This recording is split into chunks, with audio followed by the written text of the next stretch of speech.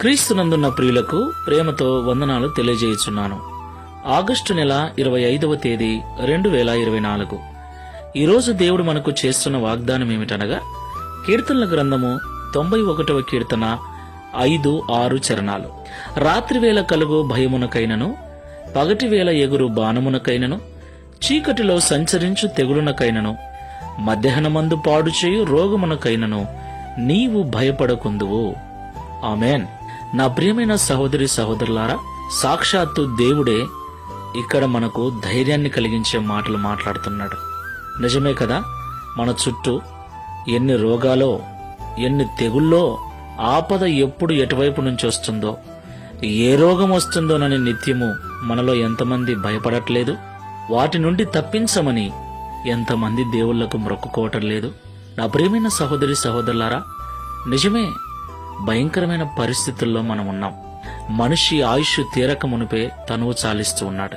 దేవుడు మనకు సంపూర్ణమైన ఆయుష్ కాలాన్ని ఇచ్చాడు. ఆయన మనకు నియమించినటువంటి దినములు పూర్తయ్యేంత వరకు కూడా మనం చావకూడదు. అయితే త్వరగా చనిపోవటానికి కారణాలు ఈ రోగాలు, ఈ వ్యాధులు, వాటి వలన కలిగే భయాలు.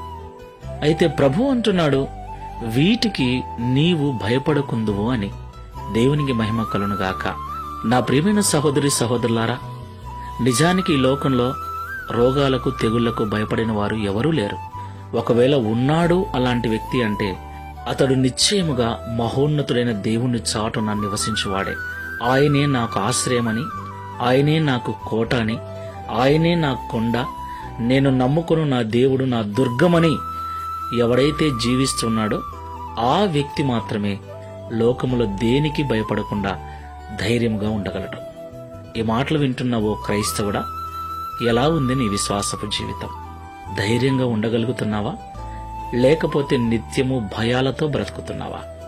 ఒక్కసారి పరిశీలన చేసుకుని ప్రార్థన చేసుకుందాం.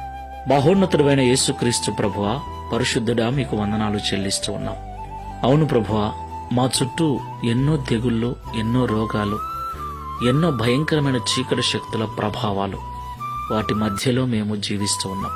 కొన్నిసార్లు వాటి వలన మాకు భయం కలుగుతోంది. అయితే మీరీరోజు మాతో మాట్లాడి ఉన్నారు.